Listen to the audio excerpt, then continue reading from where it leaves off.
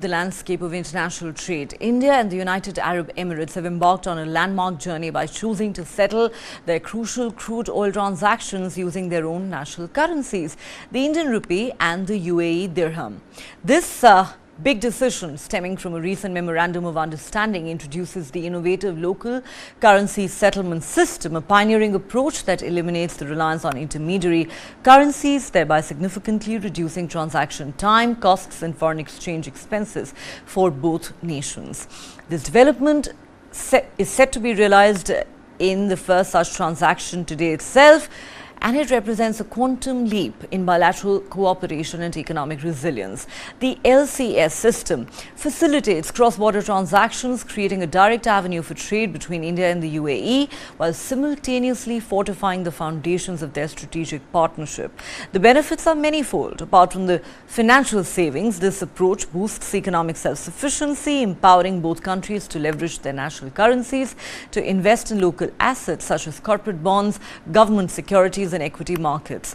The successful execution of a transaction involving the sale of 25 kilograms of gold from a prominent UAE gold exporter to India serves as a glowing testament to the viability and efficacy of the LCS system.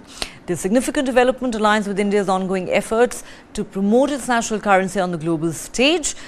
Through collaboration with banks from 22 different countries, India has established special Rupee was-through accounts in domestic banks, creating a conducive environment for trading in national currencies. Let's now get you the latest from the troubled West African nation of Niger. The military junta that seized power in Niger in a coup last month has said it will prosecute ousted President Mohamed Bazoum for high treason over his exchanges with foreign heads of state and international organizations. The coup leaders have imprisoned Bazoum and dissolved the elected government, drawing condemnation from global powers as well as neighboring West African countries that have activated a standby military force that could intervene to reinstate Bazoum.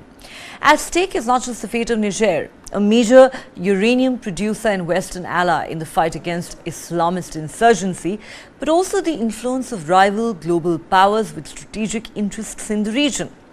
A spokesperson for the junta said in a statement read out on state television that the military authorities had gathered the necessary evidence to prosecute the ousted president for high treason and undermining the internal and external security of Niger.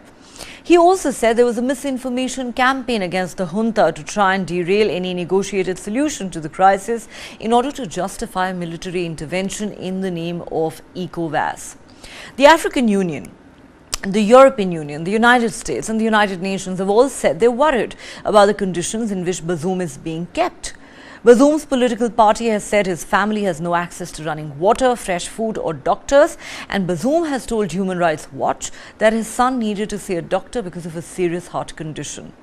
The coup leaders have kept Bazoum with his son and wife at his presidential residence since the day of the coup. The military leaders claim that the residence of Bazoum was not taken over by them and that he was granted the freedom to communicate with the outside world. They also claim that Bazoum is regularly seeing his doctor.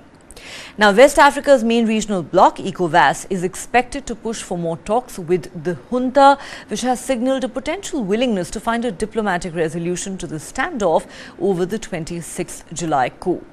Now, ECOWAS is the economic community of West African states.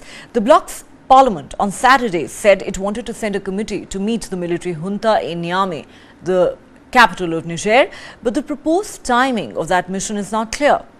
US, French, German and Italian troops are stationed in Niger, in a region where local affiliates of the Al-Qaeda and the Islamic State have killed thousands and displaced millions of people.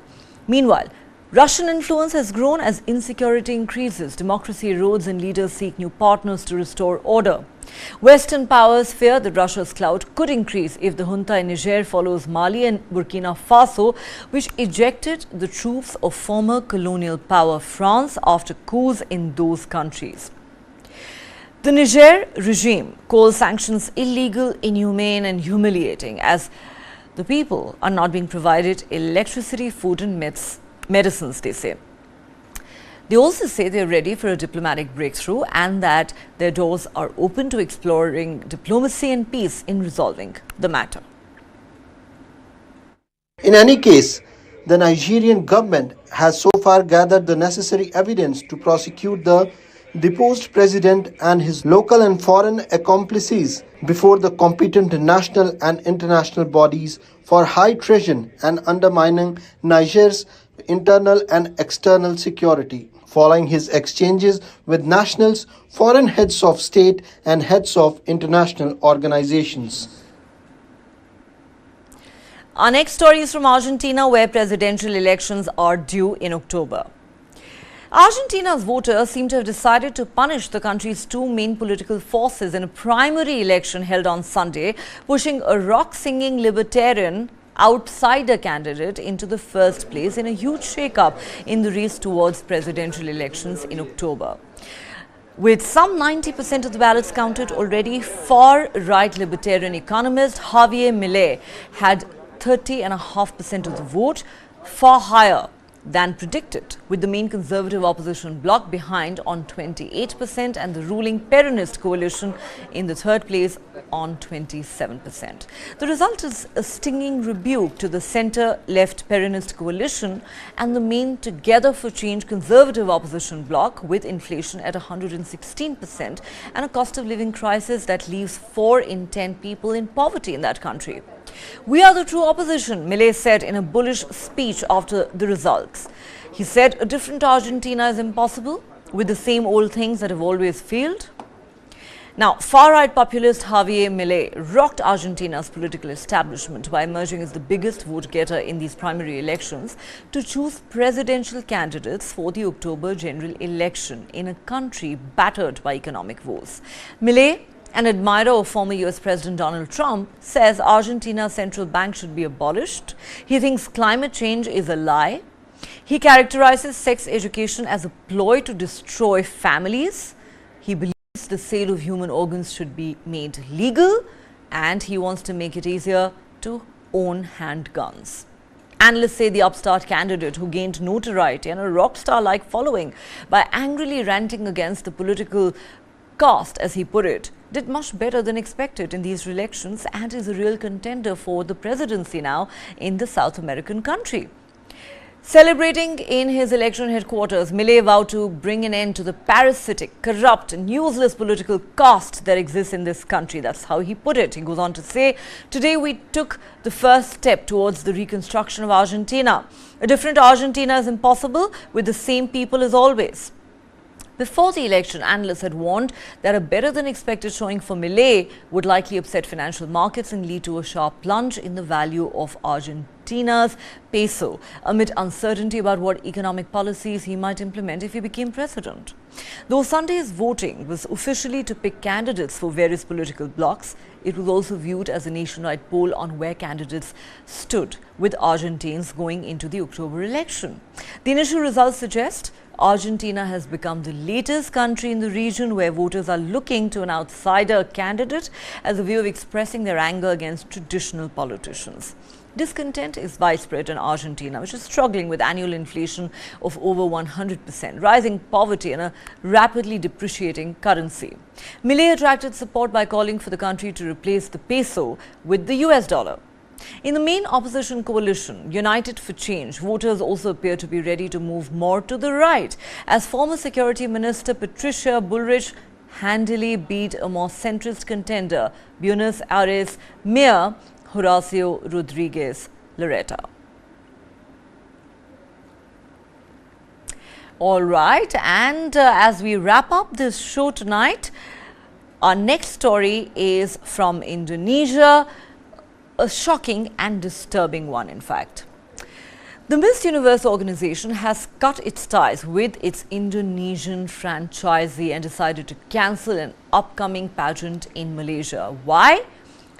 This after contestants in Jakarta accused local organizers of sexual harassment.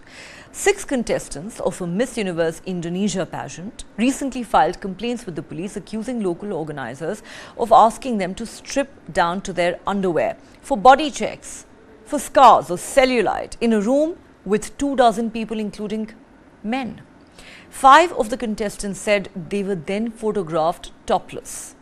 The New York-based Miss Universe organization decided to sever ties with PT Capella Swastika Karya, the beauty company that runs the Indonesia pageant, and the company's national director, Poppy Capella. In a statement, they said, in light of what we've learned took place at Miss Universe Indonesia, it has become clear that this franchise has not lived up to our brand standards and ethics. They also said they would cancel this year's Miss Universe Malaysia, as the Indonesian franchisee also holds the license for that pageant. Arrangements will be made for the Indonesia 2023 title holder to compete in the Miss Universe pageant to be held in El Salvador later this year. The Jakarta Police Director for General Crimes has said the victims were forced to remove their clothes and were then photographed in a hotel ballroom. The police are still examining surveillance cameras from the scene. Investigators will interview the victims and provide psychological assistance. The Miss Universe organization has said there are no measurements such as height, weight or body dimensions required to join a Miss Universe pageant worldwide, and thanked the Indonesian contestants who have bravely spoken out. They said to the women who came forward from the Indonesian pageant, "We are sorry that this was your experience with our organization." All right, that's all the time we have on Global Lens on News9 Live tonight. Coming up next, News9 special documentary, Smart New World.